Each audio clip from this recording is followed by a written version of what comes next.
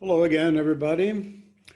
We're ready today for essay at number 7 in this series based on the opening part of my book, Opera as Opera. It's moderately long as these pieces go, and as it happens, shows no questions until the very end. So I'll just read right on through it and then take up with the questions. This is called The Text and the Work.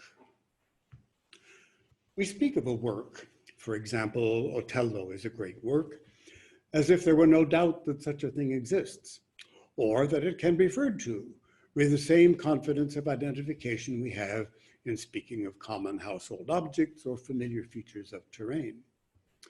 But a work of performance is elusive of definition. It's not a fixed object, and its properties are not constant. What can be said of it? Since the goal of performance is to leave a residue of meaning with the receptor, and it is with the receptor that the encounter chain reaches completion, perhaps the reality of the work is best approached from his viewpoint. This viewpoint also offers commonality.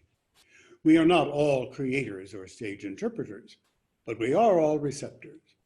We are of many sorts, but the sort that is of most interest here is the one who actively seeks the encounter, is alive to it and curious about it, hoping to extract nourishment and meaning from it, and who returns, despite disappointments, having learned the potential importance of such experiences.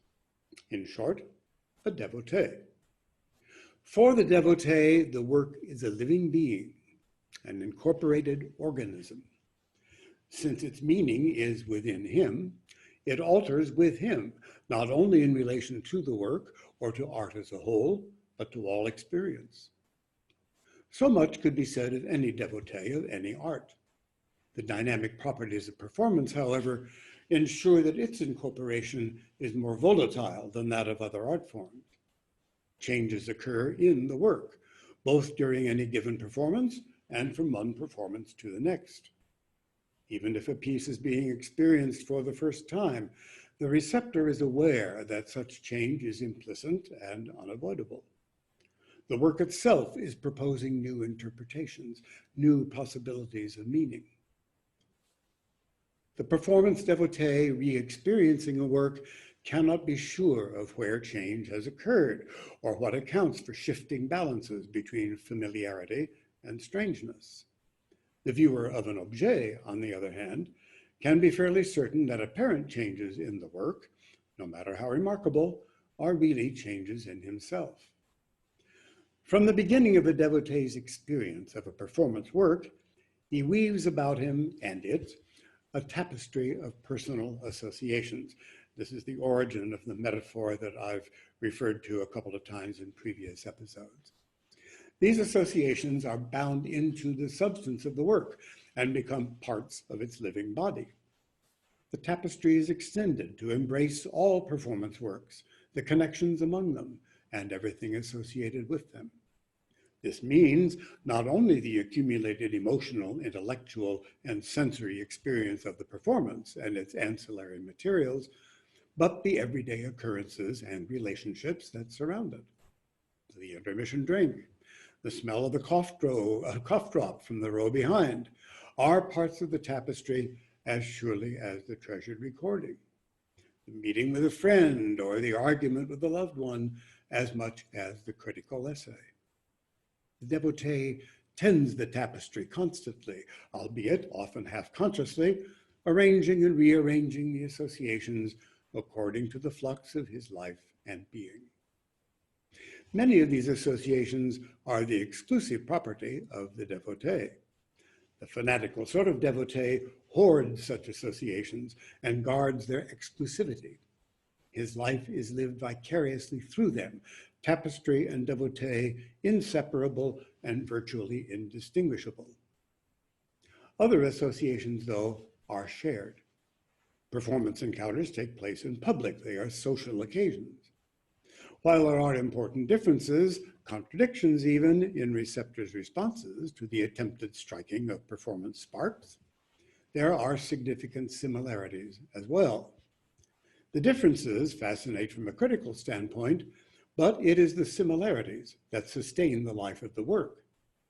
The usual assumption of performance activity and of the gathering of receptors into an audience is that something in common will be found. If that does not happen, the work will not make its way. The affects and effects that are widely and repeatedly found in common become the agreed upon properties of the work. The elements that render a statement like, Othello is a great work, understandable. Those that are more narrowly shared or uniquely experienced are the stuff of advocacy and debate. The work exists only during performance. The text, however, exists outside performance. It is itself a work of literature. It can be directly incorporated and interpreted without the services of a second interpreter. Such incorporation does not constitute an interpretation of the work, but only of the text. It is simply a reading. As such, it has the advantages of any reading, including the possibility of devising an imaginary ideal interpretation, of initiating and discontinuing engagement at will, of mentally pursuing argument and pondering meaning, or of contemplating the physical attributes of the text as an objet. But since the texts of stage works are notations for performance, whose essential properties emerge only under performance conditions, they are notoriously elusive and misleading with respect to their qualities and meanings. This is especially true of operatic texts. The verbal portion of the text is at least accessible on some level to any literate person, though because it is intended for singing and structured for some convention or other of the musical stage, it is far less helpful than a play script with respect to an imagined realization. And it is subsumed by the musical text, usually of sufficient complexity to demand far more than basic musical literacy for a reading of such interpretive value. Even for a reader of experience and expertise, many surprises are in store en route from text to work and from one realization of the work to the next. That a text should exist at all, that a first and second interpreter should be separately embodied, tells us that an important step has been taken from the operatic essence, beyond the sung action and the spark between performer, creator, and receptor. It tells us that a need, or in any case a desire, has arisen for something more than momentary excitements and empathies. Beyond the creator's own need to control his materials, this desire has to do with coherence, with shape, with a sense of destination, with closure, with a gathering of the sparks, we might say. It also has to do with the need to record things of importance and preserve things of value, to remember ourselves. At the same time, we must note that a dichotomy has arisen. The performer's sung action must now be fashioned from notations that track imperfectly the imaginings of someone else, somewhere else, some time ago. This suggests not only the probability of slippage between the creator's vision and the performer's interpretation, but the threatened loss of the creative component in the interpretive act, which is the component that strikes the spark in the first place. It is this dichotomy that has been commonly defined as the most persistent problem of performance: how to make creative and interpretive visions appear as one, to fashion the illusion of fresh living creation from the stuff of premeditated interpretive actions. Only if this problem is solved can the receptor's belief be unreserved and engagement sustained.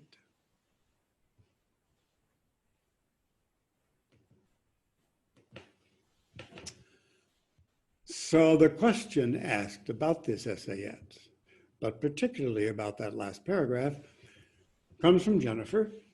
Here's what she says, and I quote, "There's a good opportunity here to humanize this point with examples of how you've personally worked as an actor, singer, teacher, to solve, quote, the most persistent problem of performance, unquote, described there. It's such a fascinating conundrum, and your ideas on the interpretive process would be relevant to both performers and devotees in the audience, unquote. Well, we'll see. And that relates closely to a question Jennifer asked earlier, and which I delayed dealing with till now, concerning what I feel would change if we incorporated acting, or to rephrase, the habits of thinking and doing that are cultivated by actors who really work on their craft, into operatic study from the start, always directed toward the binding together of verbal and physical actions. That's the acting side, with sung expression itself, all for one and one for all, as an essential component of performer training. How might that affect the development of the performer? And how might it change the ways we structure opera companies? Well, not to scare anyone, but it would revolutionize the way we do opera.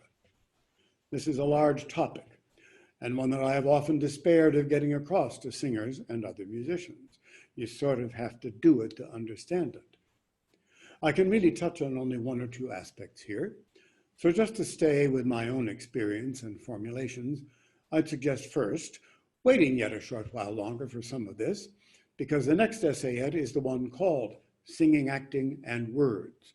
And second, reading with some care 2 later sections of the book, chapters 4 and 5 of part 4, which are called, respectively, Acting and Rhetorics, and the portion of the epilogue entitled The Dream On Company. I'd also refer you to one of my blog posts, the one of October 17th, 2020, called The Craft of Imagination, How to Be Gilda. That does take us through important aspects of how I think a singer should prepare for a role, what questions she should ask, and how she should think about her character as the opera situations come up for her. That does start to get to how I approach working on acting problems in opera. But I'll try to give you 1 or 2 more little toe-in-the-water examples related to this first bifurcation of function between creator and interpreter. There's a second division also to be discussed next time. How can we get a developing singer to truly take possession of the material so that he or she will feel as if the sung character actions are arising from within as they come up, rather than being recited from a text, as if the interpreter were fashioning the music/words/actions as she goes? Here's one exercise. It's in 3 parts, which could be parceled out among 3 singers or done in a certain sequence by one. It's based on the observation that we have 3 principal sources to draw on for interpretive advice. The first is the score. The second is oral tradition. The third is our own imagination in interaction with the material. Any one of these taken as an exclusive guide can be a trap, a limitation. But any one can also be a source of liberation. In a finished interpretation, all 3 are involved, we hope, in liberating ways. So one part of the exercise has to do with deep involvement with the text. And by text, I mean both words and music. The singer must closely inspect the text and then account for everything on the page, all markings of all sorts, no matter how small. Nothing can be overlooked or tweaked for comfort or the singer's instinct for how it should go. The singer tries to understand why every single selection was made by the composer, that selection instead of any other, what the expressive point of it is, and to reproduce that understanding as completely as possible. So the teacher's critique is directed partly toward literal accuracy with respect to what's on the page, sort of the Beckmesser part of the critique, but even more importantly, to where the singer seems to have not always understood some of the choices, to have reproduced them, but not gotten behind them, and to see what happens when that's opened up. So this is obviously a bonding with the text exercise. Part 2 is a dumb singer exercise. in which the singer never lays eyes on the music. He or she learns it entirely by ear from the excellent musician who accompanies the sessions, combined with familiarizing through recordings. It's learned as accurately as reasonably possible, though more in broad, expressive strokes rather than in the granular way of part one. The crucial aspect is that the singer does not see the music and thus cannot verify anything through the analytic function of the eye. There is no analysis, no defining of things by way of visual reference. If the singer asks, so are those triplets? Or is this one of those staccati with the phrase mark things? The answer is, here's how it goes. As I'm sure you've already concluded, this is a freedom from text exercise. And part three is a slavish imitation exercise. In this one, the student is assigned a recording of an aria or song by some famous artist and required to reproduce it in every detail. I think it's most fruitful when some highly individualistic interpretation is selected, one that contains departures from the score and or choices, inflections, or interpolations that we might hear as no-nos, outdated or tasteless or senseless, or representing some sort of musical or dramatic approach that feels far away. No matter how foreign it may seem, the singer must honestly try to make it work. It's a fairly extreme form of learning from oral tradition, as if you were studying with some great singer of years gone by who insists that everything must be done exactly as he or she did it. So this tripartite exercise adds up to explorations of all three of our sources of interpretation. They are all met with on an ad hoc piecemeal basis in the course of working on material with any informed teacher or coach. But the value of the exercises is that they isolate and concentrate the experience of each and give the student a chance to feel, sometimes in very surprising and revelatory ways, what is of value in them. It can be very powerful to discover what emerges from as exact a rendering as possible of what the composer and librettist have set down. They are apt to be pretty good at setting stuff down and to have had their reasons for doing so. As I note in the essayette, that's why we have this division of labor to begin with.